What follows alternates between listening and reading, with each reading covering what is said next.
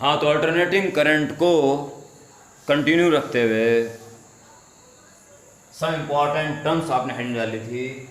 उसमें part A में average value पूरी साइकिल के लिए 0 लिख दी गई थी और हाफ साइकिल के लिए रह गई थी, और आपने हेडिंग डाल दी थी I average for half cycle.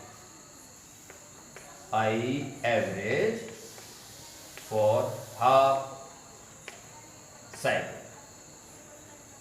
Is equal to, ये रहा आपकी एसी की साइकिल। केवल आधी साइकिल के बारे में बात करनी है।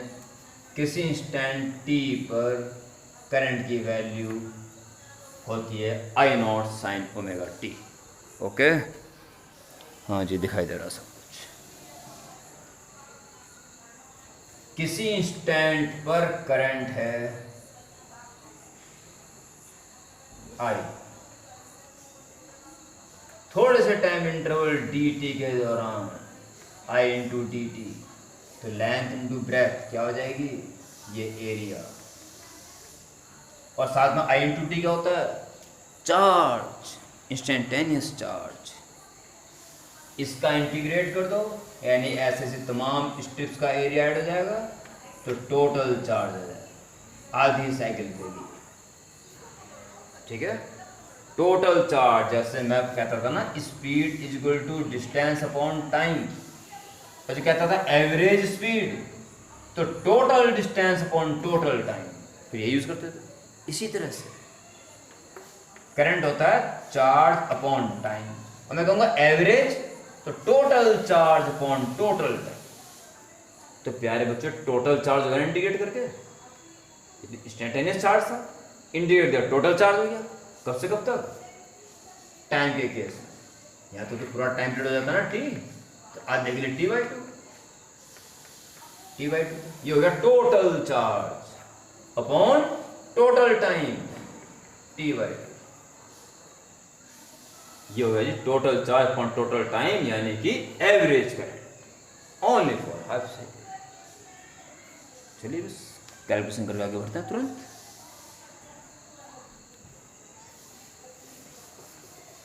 चलिए, टी पूरे चक्कर का टाइम, टी बाई टू आधे चक्कर का, पूरे चक्कर का टाइम थीटा अपॉन ओमेगा, तो पूरे चक्कर का theta 2 pi, 2 pi upon omega. So continue, T is 2 pi upon omega, और 2 पहले से भी है, और वही काम आप यहाँ भी कर देंगे, 0, 2 पाई अपॉन ओमेगा, और अपॉन में 2 भी पहले से ही, और ये कर जाएगा खैर। चलो, और साथ में आई की इंस्टेंटेनियस वैल्यू आई naught sine omega T into D T, तो पाई अपॉन ओमेगा ऊपर पहुंच जाएगा और पाई नीचे रह जाएगा, आई नॉट बाहर आ गया, integration 0 to pi upon omega, और साइन का क्या होता है इंटीग्रेशन, माइनस, माइनस आगे निकाल दो। अच्छा, इंटीग्रेशन कर रहे हो, ठीक है, तो इंटीग्रेशन कर दो, ऐसे करके माइनस बाहर निकाल दिया, साइन का माइनस कॉस ओमेगा टी और अपॉन ओमेगा, और 0 टू पाई बाई ओमेगा। ठीक है प्यारे बच्चों, तो जी ओमेगा से ओमेगा भी cancel, I not upon pi, minus बाहर निकाल दो, और टी वैल्यू पहले पाई अपॉन ओमेगा रखो तो कट जाएगा, और कॉस पाई -1, माइनस 0 रखोगे तो कॉस 0 1, तो ये आ गया -2, और इंटू माइनस तो प्लस के 2, आई नॉट अपॉन पाई। ठीक है, so continue, 2 I not upon 22/7, ये कट के 11 आ जाएगा, 7 ऊपर पहुंच जाएगा, आई नॉट, और इसका डिवाइड दोगे तो 0.1166 आई एवरेज की वैल्यू फॉर हाफ साइकिल, यानी 0.5 से ज़्यादा। ठीक है, अगर आधी साइकिल के लिए लेंगे तो इतनी एवरेज वैल्यू कह सकते हो। परंतु एवरेज वैल्यू ये आधी साइकिल के लिए है।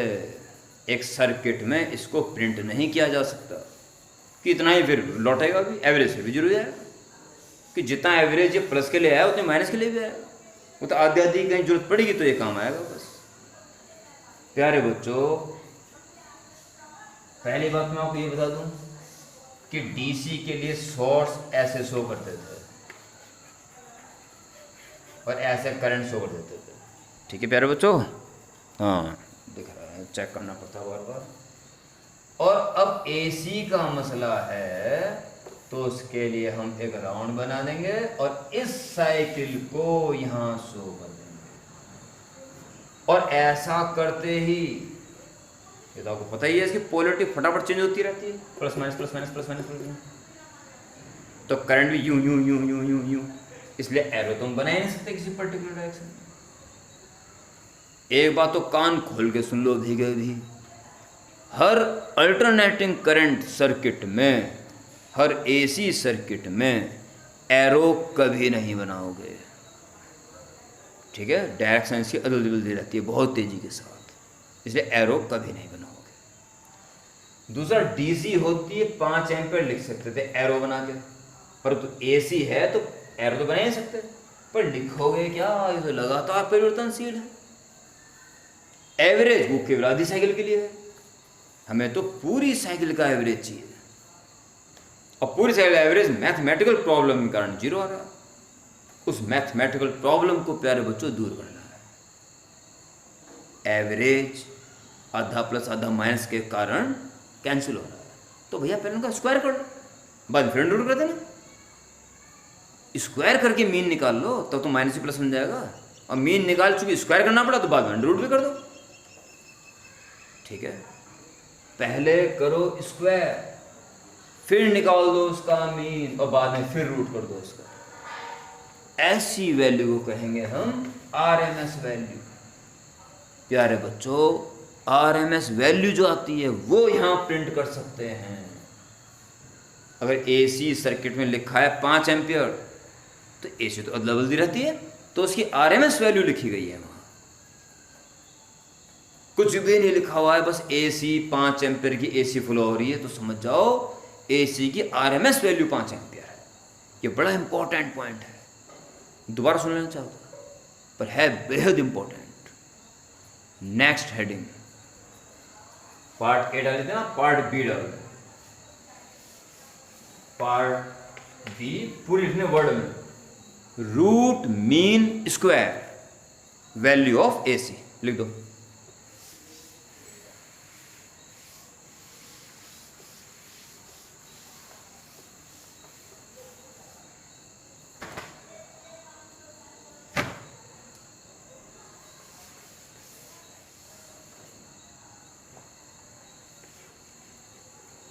Root mean square value of AC. IRMS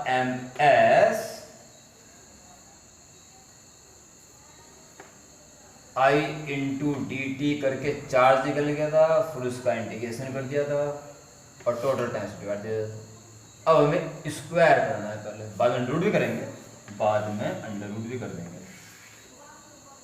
अब आ गया टोटल। अब तो टोटल पूरे टाइम तक के लिए चाहिए ना, पूरी साइकिल के लिए, इसलिए अब t/2 नहीं आएगा, पूरा t आएगा। टोटल और डिवाइडेड बाय टोटल टाइम,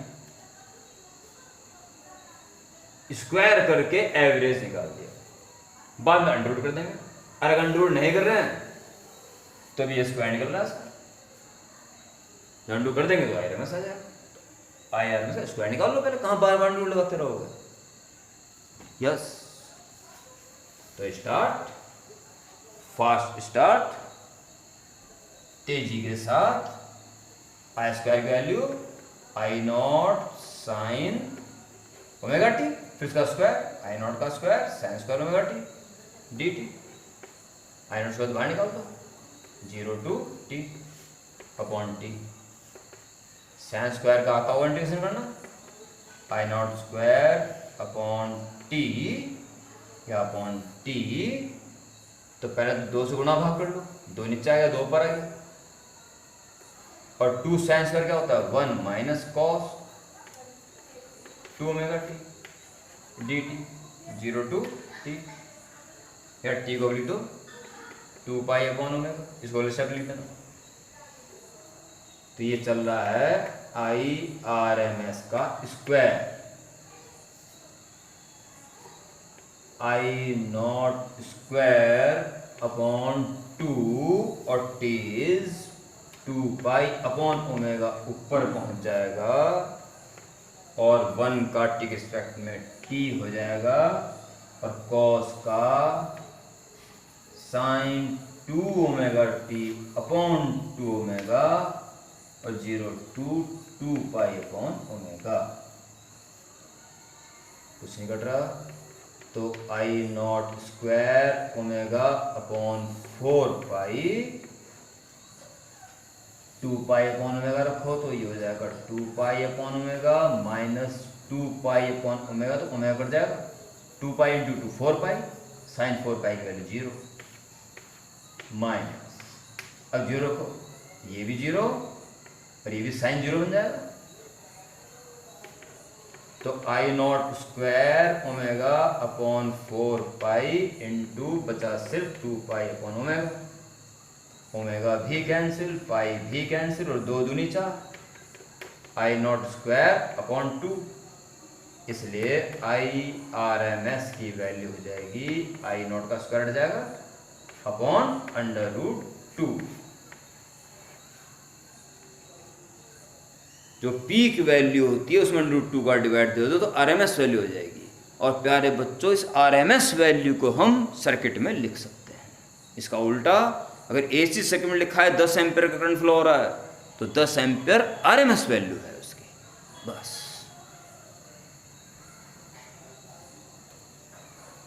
प्यारे बच्चों, पार्ट C लिखें।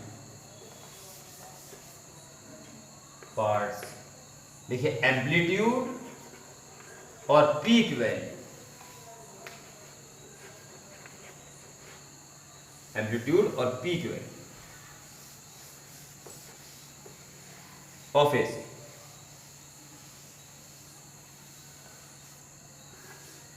ये तो जानते ही हो, और करंट ऐसे जाना ऐसे जाना ऐसे जाना, धीरे धीरे धीरे चेंज होता रहता है, और एक कंप्लीट चेंजिंग एक साइकिल बना देती है। यानी जब करंट इधर जा रहा था तब जो उसकी मैक्सिमम वैल्यू टेंड होती है, और जब लौटता तब जो मैक्सिमम वैल्यू टेंड होती है। यानी कि जब AC फ्लो होती है तो आइदर डायरेक्शन में जो उसकी मैक्सिमम वैल्यू टेंड होती है पल भर के लिए, इज कॉल्ड पीक वैल्यू। फटाफट लिख दो statement, the maximum value attained by AC in either direction is called peak value. Part D, time period.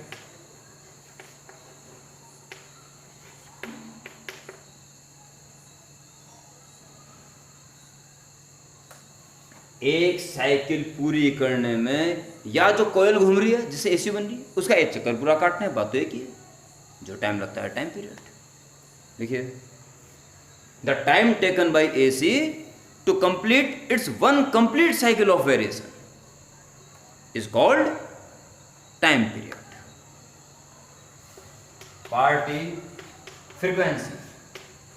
अच्छा, इसकी जो डेफिनेशन के बाद लिख देना, T is equal to 2 pi upon omega. Frequency F, जो कि टाइम पीरियड का उल्टा होता है, यानी कि ओमेगा अपॉन 2 पाई। पहले स्टेटमेंट लिख देना। Frequency of AC is defined as the number of cycles completed by AC in 1 second.